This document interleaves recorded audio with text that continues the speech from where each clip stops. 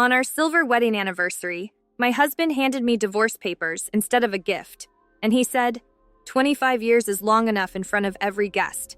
And he said he wants someone young now, and he told me to move out of the condo by tomorrow, even though my parents gave me that condo, and his mother, Celeste Price, just sat with a quiet smile. And I stood up, took the microphone, and said something that made him freeze that night. Naomi Sterling woke up because she heard soft whispers outside the bedroom door, and her husband, Darren Price, was talking to his mother again at 3 a.m, and his voice sounded oddly happy, and Naomi stayed still in the dark, listening to bits of the talk. And Darren said, "We have to do this right. She will not think anything." And his mother answered, "Of course not, son." And Naomi felt her whole body go tight as she wondered what they were planning and why they were doing this right before their big anniversary. And the floor made a small sound as Darren came back, and Naomi shut her eyes fast and acted like she was sleeping, and he got into bed slow, but she could feel he was stiff and jumpy the next morning. Everything felt strange, because Darren acted sweet in a way that was not normal, and he said, "Naomi, my love," while kissing her cheek, and he smelled like expensive cologne, and he asked, "How about we pick the restaurant for our anniversary today? I want everything to be perfect." And Naomi lifted an eyebrow, because in 25 years, he never cared about celebrations, and she always planned them alone, while he only complained, and she said fine, and watched him hurry off to work, and his phone was still on the nightstand, and the screen lit up with a reminder that said, "Call S at 11. And when she watered the window plants, she asked, "Who is the S in your contacts?" And Darren turned fast, and she saw panic on his face for a moment, before he covered it, and he said, "Oh, Sanchez. He is a coworker from Seattle, helping me with a work matter." But it was a lie because Naomi knew him better than anyone, and his left eye always jumped when he lied, and it jumped now, and she said, "I see," with a small smile, even while her chest felt tight. And after he left, she stood by the window and watched the gray October sky over Georgetown. And she thought about 25 years, a whole quarter century, and how they met in college when she was a smart accounting student, and he was a young manager moving up, and they married for love and dreamed of kids and a big family. But the children never came. Doctors found nothing wrong, but the hoped-for miracle never came, and Darren took it very hard, especially when his mother Celeste started making soft, sharp comments about not having grandkids. And with time, they accepted life without children and focused on the good parts, like more time for each other, for travel, and for work goals. But something deep and important had shifted between them. A knock at the door pulled her away from her thoughts, and standing there was Celeste Price, her mother-in-law, with her cold, tight smile, and she said, "Naomi, dear," as she walked into the condo without waiting for any kind of invite, and she asked, "How are you? Are you getting things ready for the party?" And Celeste always treated Naomi with fake kindness, but kept a huge distance, and in 25 years, she never called Naomi her daughter. And Naomi said slowly but surely, as she led her to the living room and said, "Darren wants to celebrate at a restaurant." And Celeste said, "Very good," with a bright tone. "A proper place with guests, since doing everything at home does not show how important the day is." And she started looking around the room like she was rating it, and Naomi knew that look, and it always made her feel like Celeste was saying her big suburban house was nicer without speaking a word. And then Celeste said, "By the way, Naomi, dear, I have been thinking about the future, and Darren is not young now. He is 53 and we have no grandchildren, so maybe it is smart to write a will for future grandkids just in case." And Naomi felt cold all over, and she said, "What grandchildren?" "Celeste, we do not have kids." And Celeste waved a hand and said, "Well, for my nephews, they are good boys. They study, they work, and if we do not plan, then the government will take everything." And Naomi put her teacup down slow, and then Celeste asked, "So where do you keep the condo papers?"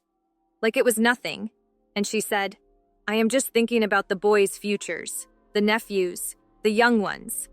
And that was the moment Naomi understood the hidden meaning, and she said, "They are in the safe."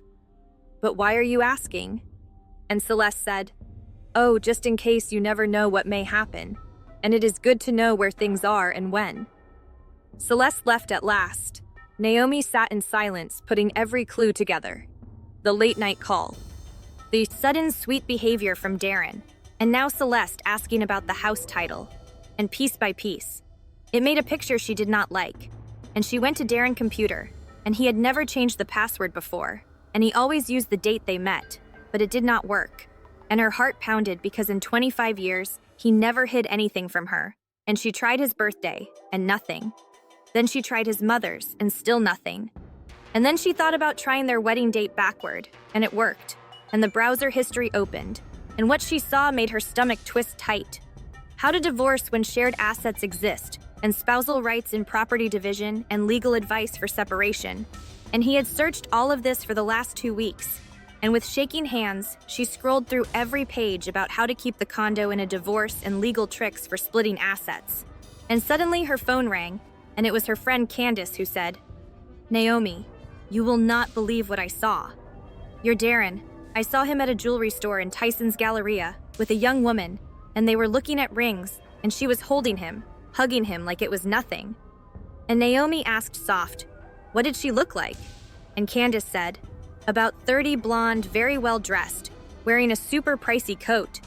Pretty, but she seemed shallow, and they were being so open and sweet." And Candace asked, "Are you okay?" Naomi. And Naomi said yes, even though she was lying, and nothing was okay. That night, Darren came home with roses and fancy chocolates, and he said, "For my one and only true love."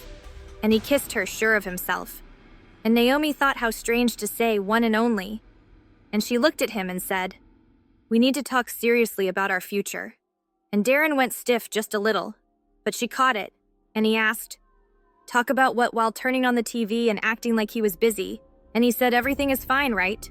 The anniversary is in a week, and all our friends will come, so let's not ruin the mood with serious things. We will talk after the party." And Naomi said, "Okay, after the party."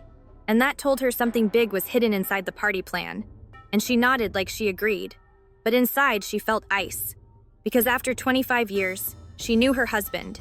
And she knew he was planning something quiet and cold with his mother, and with a lawyer. And what he did not know was that Naomi had her own secret card.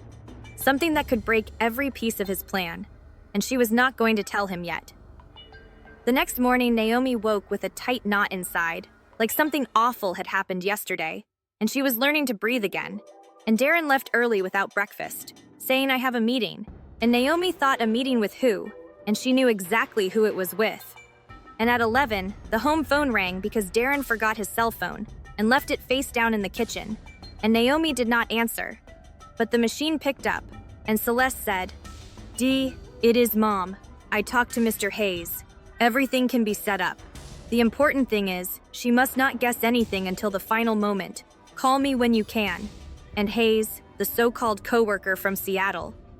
Now it was all clear, and Naomi felt the floor drop, because 25 years, a whole quarter century, beside a man who was planning his betrayal, like it was normal office work. And she went to Darren's phone, which needed a 6-digit code, and she tried the date. They met September 1st, 1999, and nothing. And she tried Celeste's birthday, and nothing. Nothing worked. And then she remembered the blonde from the jewelry store, and her gut told her to try March 8th, International Women's Day. And it opened, and it was the lover's birthday, and the text proved everything. And one said, "Sierra, my love, have a little more patience after the anniversary. Everything will be fixed, and the condo will be ours." And another said, "Dee, you said we would be living together by New Year's. I am tired of hiding." And another said, "My love, everything is going right. And Mom already handled things, and Naomi does not know anything." And Hayes said, "If we do this right, she will only get half, and I will keep the condo." And Naomi dropped into a chair with her hands shaking, because they were planning her life like she was something secondhand. And Darren and his mother, and the lawyer Hayes, and the mistress Sierra were all wrapped in one big trap with her as the prey. And the worst part was still waiting. And Darren said, "Hey Mom, are you sure the condo title is in both our names? Maybe we got lucky and it is only mine." And Celeste said, "Son, I saw the copies when you bought it. Both names are there." But Hayes says there are ways, and the real thing is, she must sign the waiver, and if she will not sign, she will sign, because after what we will do to her at the party, she will not have any other choice. And Naomi felt fear grow fast in her throat, wondering what they planned to do to her. Maybe they wanted to shame her in front of everyone, or blame her for something. And she quickly copied every important message to her own phone and put Darren's phone back. And she knew she needed a plan, and she needed real help. And she called Aisha Cole, her college friend who was now a family lawyer, and they did not talk often, but they stayed close. And Aisha answered saying, "Naomi, long time no. See, how are you?" And Naomi asked, "Can we meet today? I need a consultation." And Aisha said, "Sure, I am free at 6. Come to the office and we will talk." And Aisha's office was downtown in a tall new building, and she hugged Naomi, but saw the stress right away and said, "Sit down and tell me everything." And Naomi took a long breath and said, "Let us just say someone I know is having trouble with her husband. He wants a divorce but is hiding it, and he is setting a trap." And Aisha looked right at her and said, "You sure this is about some other person?" Naomi stayed quiet for a few seconds, then told her all of it. The late calls, the secret messages, Sierra, the plans, the mother-in-law, everything. And Aisha listened and asked small questions and then said, "I understand this is serious, but you are not out of options. The bright news is that you acted fast. Tell me about the house. When did you buy it? And whose name is on the title?" And Naomi said, "We put both names on it in 2005. Equal shares. Are you formally employed?" And Naomi said, "Yes, I am the controller at Alliance Development Group, and I have been there 15 years, and the weekend cabin is also in both names, but it is not worth much, and the condo is the main thing we own." And Aisha wrote notes and said, "Naomi, they cannot do anything to you if you keep a steady mind, because in a divorce, each person gets what is theirs by law, and no one can force you to waive your share. But it is clear they are planning something dirty, and they want to place you in a weak emotional spot, a big scene, or an accusation or something meant to break you, and you must be ready." And Naomi asked, "How do I prepare?" And Aisha said, "Collect proof. Take pictures of the messages. Record calls. If you can move some money into an account only in your name, and most of all, do not let them know you already know their plan." And Naomi nodded, and for the first time in days, she felt a bit of relief, because she now had a plan, and she had support. And she said, "Thank you, Aisha. How much do I owe you?" And Aisha smiled and said nothing. "Girlfriends do not charge. Just keep me updated and never forget, you are not alone and you are not helpless."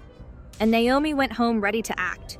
But what she saw when she came in showed that the battle had already started, and Darren stood by the entrance, checking himself in the mirror, and he said, "You look kind of worn today." "Huh?"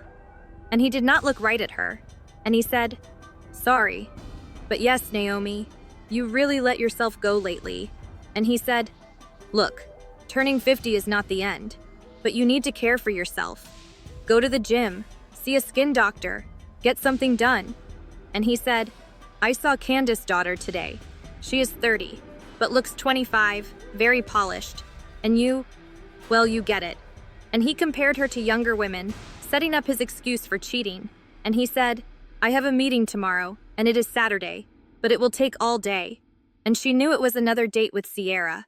And Naomi said, "That is fine." And he said, "And Sunday, I am going with Mom to set up her new smart TV, spending more time with the Trader family." And that night, while Darren showered, Naomi checked their joint bank account, and in the last month, $30,000 had been taken out in several pulls, used for gifts for Sierra and lawyer fees, and who knows what else, all from their shared money. And Naomi let out a thin, shaky laugh, because they were using her own money to plan her fall. But she had her own secret advantage, something they did not know. And a week before, she had gotten a letter from a notary saying her Aunt Josephine, her father's older sister, had died in Germany, and she had no children or husband, and she left her whole estate to Naomi, her only niece, and this included a condo in Munich, worth about $800,000 and a bank account with $170,000 and another luxury investment condo in Miami Beach, Florida. Total value over $3 million.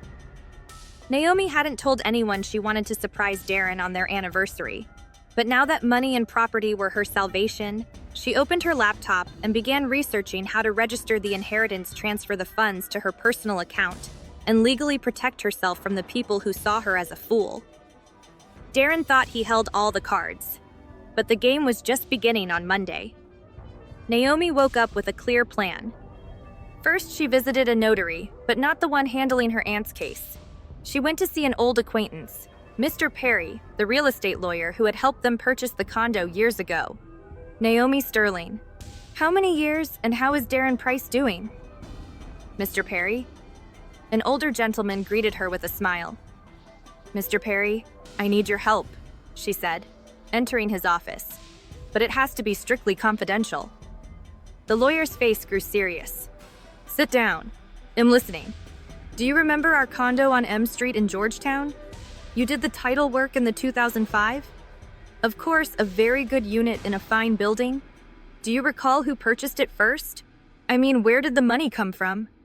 Mr. Perry frowned, opened an old file and searched for a moment. Here it is. It was an unusual case. The money came directly from your parents' account, and in the deed of gift, you are listed as the sole recipient. Darren was added 2 months later as your husband. Naomi felt a surge of warmth in her chest, so it's formally a premarital asset. Formally? Yes, your parents gifted it to you before Darren's name appeared on the documents in case of divorce. That can make all the difference. He could only claim something if he proves he invested in major renovations. Naomi smiled faintly. Darren never spent a dime on the condo. She had done everything herself. Could you give me a confirming document? Of course. Come back tomorrow afternoon. It will be ready. Leaving the office. Naomi felt different after so many days. She finally felt strong, protected. But what awaited her at home left her breathless. A courier delivered a thick envelope from Germany, the final papers for Aunt Josephine's inheritance. Naomi read the lines with the help of a summary. A condo in Munich valued at $800,000, a bank account with $570,000, and the luxury investment condo in Miami Beach, more than $3 million in total. She sat in the living room. She was now a wealthy, independent, free woman.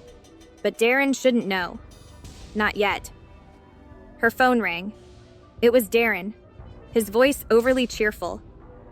Naomi, my love, I was thinking, what if we really celebrate our anniversary? Colleagues, friends, everyone. Why such a big deal, Dee? Why it's 25 years, a silver anniversary. I want everyone to see what a perfect family we have. I already reserved the ballroom at the Watergate Hotel for 100 people. 100 people for her public humiliation. Isn't that expensive, Darren? We're supposed to be saving. Don't worry about it. He interrupted. The money is there. The important thing is the impression. Well, invite my boss, yours. Everyone needs to see how happy we are. What a cynical lie. Fine, Naomi said calmly. Whatever you say. Perfect. I have a meeting with some partners. We'll talk tonight. Partners? Naomi knew what that meant in the afternoon. Celeste Price arrived with a gift. Naomi, dear, she said in a sugary voice, handing her an envelope. This is from me to you. It was a consultation with an excellent family lawyer, just in case you never know. Naomi opened the envelope. A business card. Hayes & Associates Divorce and Property Law with a note-free consultation. Anytime the audacity they were giving her.